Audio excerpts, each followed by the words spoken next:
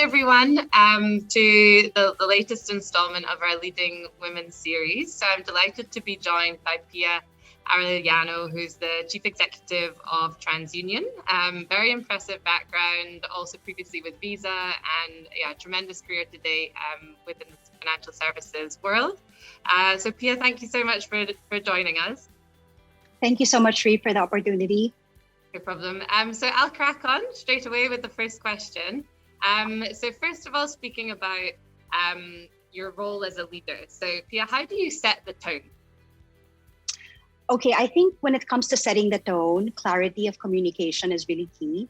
So as a leader, I really do my best to effectively communicate our vision, our mission, our business objectives, so that as a team, we can really all come together and collaborate as one unit.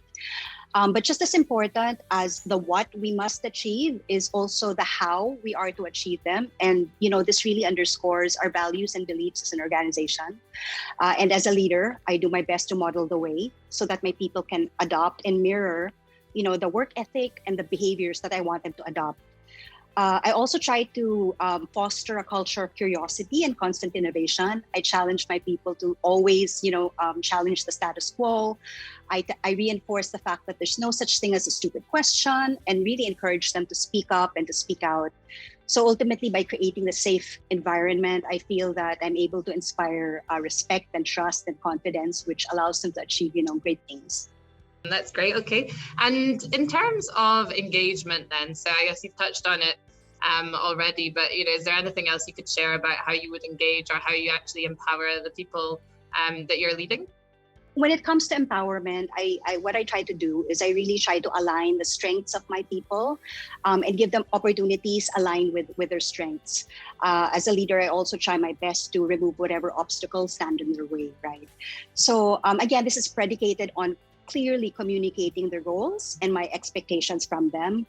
And ultimately, really differentiating what good is and what great is so that they can all aspire to be great. So I think that's sort of like my empowerment style. When it comes to approach, I try my best to be as accessible as possible. I conduct skip level meetings as often as I can. I really feel that I do want to get to know my people on a more personal level. And ultimately, I think it's the least we can do as leaders to show our people how much we value them for the work and the commitment that they give to the business. Speaking about leadership traits, so other leaders that you've seen, what traits do you really admire? I'm sure you've come across a lot of leaders as well in your time. Yeah, so there are so many leaders that I admire, but when I think about the qualities that they have in common, I think the qualities that I would underscore, number one would be passion coupled with compassion. So I think it's very important for leaders to have that clear ambition and, the drive and the passion to relentlessly pursue it. But I also feel that it's very important to couple this with compassion and heart. Mm-hmm. I also admire a bold and audacious spirit, which allows them to innovate and create. And lastly, I think, as leaders, I also feel that we shouldn't take ourselves too seriously and also have that fun spirit. One of my favorite quotes from Steve Jobs is, stay hungry, stay foolish.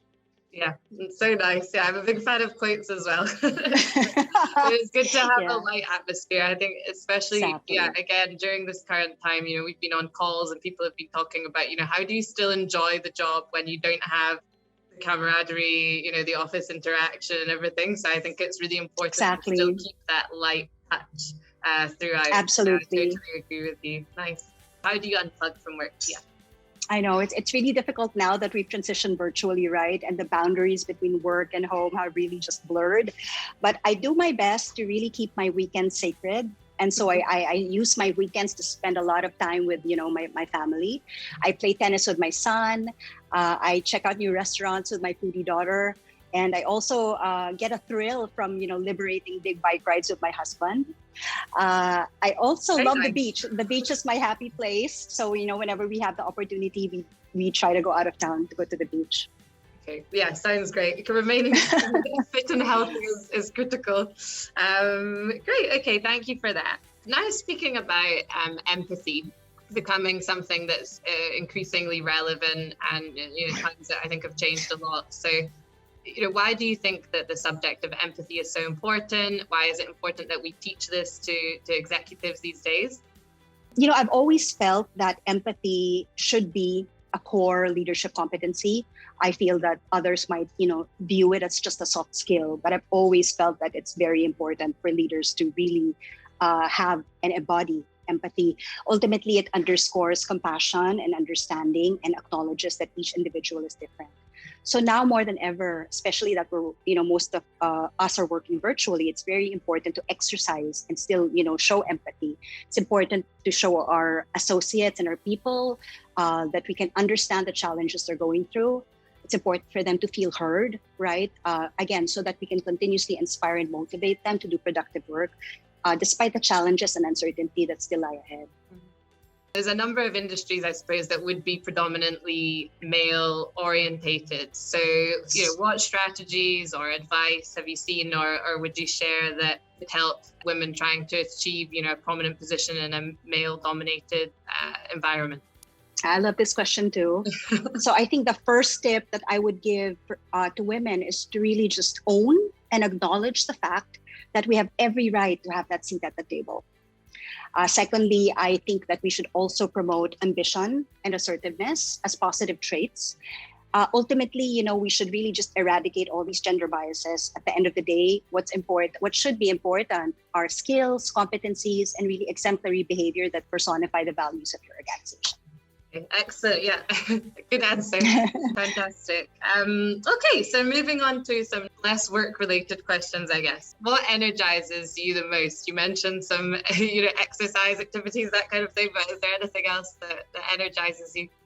Yeah, I know this is supposed to be a non-work related question, but again, to be very honest, I am an educator at heart. So I did leave corporate for a while, and I was a full-time educator at Ateneo University, one of our schools here in the Philippines.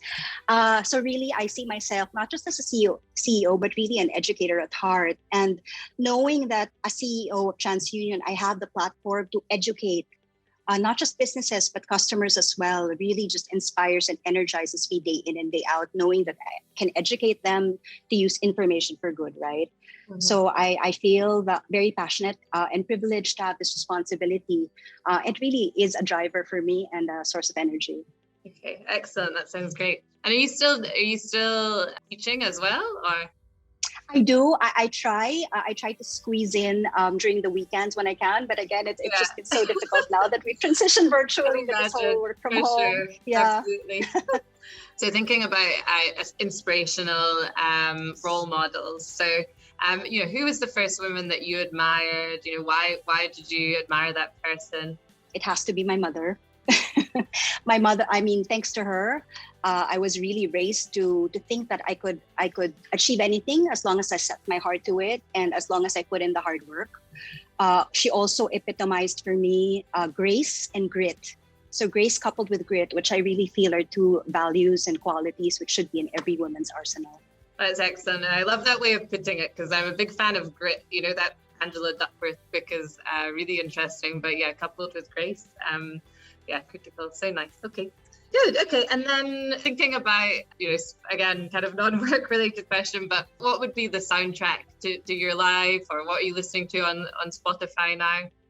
I love this question too. It really made me think a lot because I just realized as I sifted through my Spotify that I have such a diverse, taste in music, right? But if I were to trim it down to maybe 3 songs which inspire me really and energize me, You Are the Universe by the Brand New Heavies.